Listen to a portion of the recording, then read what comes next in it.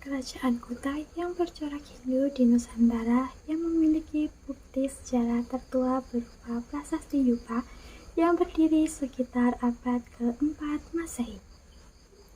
Assalamualaikum warahmatullahi wabarakatuh.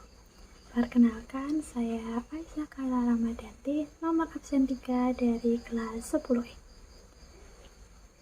Pada kali ini, saya akan membahas kerajaan tertua di Nusantara, yaitu Kerajaan Kutai. Terdapat 4 poin yang akan saya bahas, yaitu latar belakang, masa kejayaan, fase keruntuhan, dan bukti peninggalan.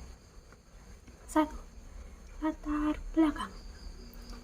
Kerajaan Kutai sebagai kerajaan Hindu tertua di Indonesia yang berdiri pada abad ke-4 Masehi.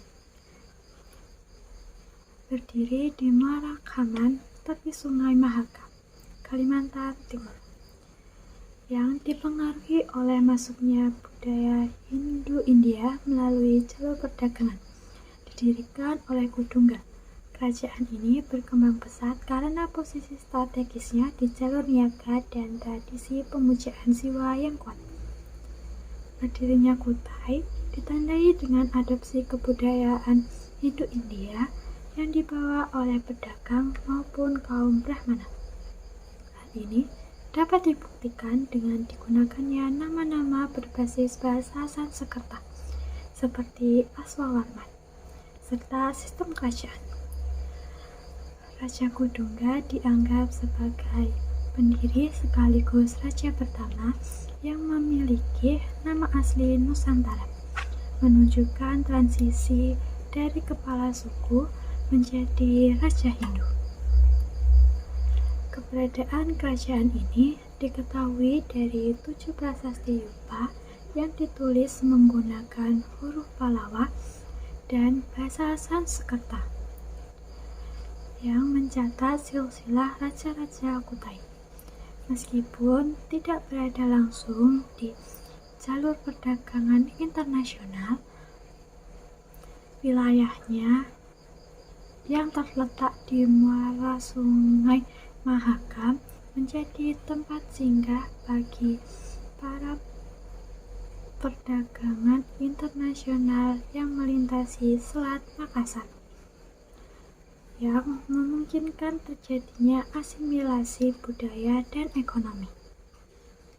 Perekonomian Kutai didukung oleh hasil pertanian yang subur dan hasil perdagangan. Hal ini menjadikan kerajaan makmur pada masa Raja Mulawarman. 2. Masa kejayaan. A. Ekonomi berkembang dengan pesat. Kerajaan Kutai menjadi pusat perdagangan yang strategis di jalur perdagangan Sungai Mahakam. B. Kesejahteraan rakyat meningkat. Raja Mulawarman melakukan upacara pengorbanan emas yang jumlahnya sangat banyak. Emas tersebut dibagikan kepada rakyat dan dipersembahkan kepada dewa. Ia juga melakukan upacara persembahan 20.000 ekor sapi kepada Brahmana.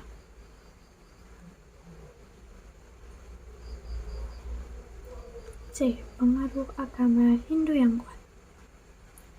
Kutai berkembang sebagai kerajaan bercorak Hindu. Hal ini terlihat dari upacara keagamaan dan penggunaan bahasa Sanskerta serta huruf Pallawa.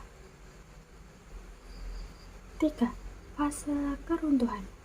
Masa kemunduran kerajaan Kutai dimulai setelah masa pemerintahan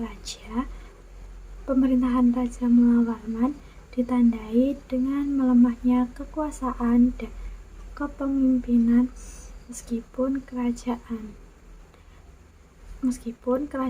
masih mempertahankan wilayah dan pengaruhnya. Kemudian, kerajaan mengalami perkembangan ekonomi akibat perubahan perdagangan internasional yang menyulitkan pendanaan untuk realitas dan angkatan perang. Ekonomi memicu konflik internal dengan perebutan kekuasaan di antara bangsawan dan perubahan pemimpin yang sering terjadi. Kerajaan tetangga memanfaatkan keadaan ini untuk menyerang yang mengakibatkan kehilangan wilayah. Masa akhir keruntuhan ditandai dengan jatuhnya kekuasaan Kesultanan Kartanegara pada tahun 1635 setelah raja terakhir gugur. 4. Peninggalan. Terdapat beberapa peninggalan dari Kerajaan Kutai, antara lain 1. Ketopong Sultan, mahkota raja dari Kerajaan Kutai yang terbuat dari emas dengan berat 1,98 kg. Ketopong ini memiliki hiasan berupa bunga teratai, burung garuda, dan naga. Ketopong ini juga disimpan di Museum Nasional Jakarta. 2. Prasasti Yupa. Prasasti Yupa merupakan salah satu peninggalan Kerajaan Kutai. Prasasti ini berupa 7 buah batu berbentuk tiang yang bertuliskan aksara Pallawa dan bahasa Sanskerta. Prasasti ini menceritakan tentang kebaikan dan kedermawaan raja-raja Kutai, terutama Maharaja Mulawarman, yang memberikan 20.000 ekor sapi kepada para Brahmana sebagai persembahan kepada dewa-dewa.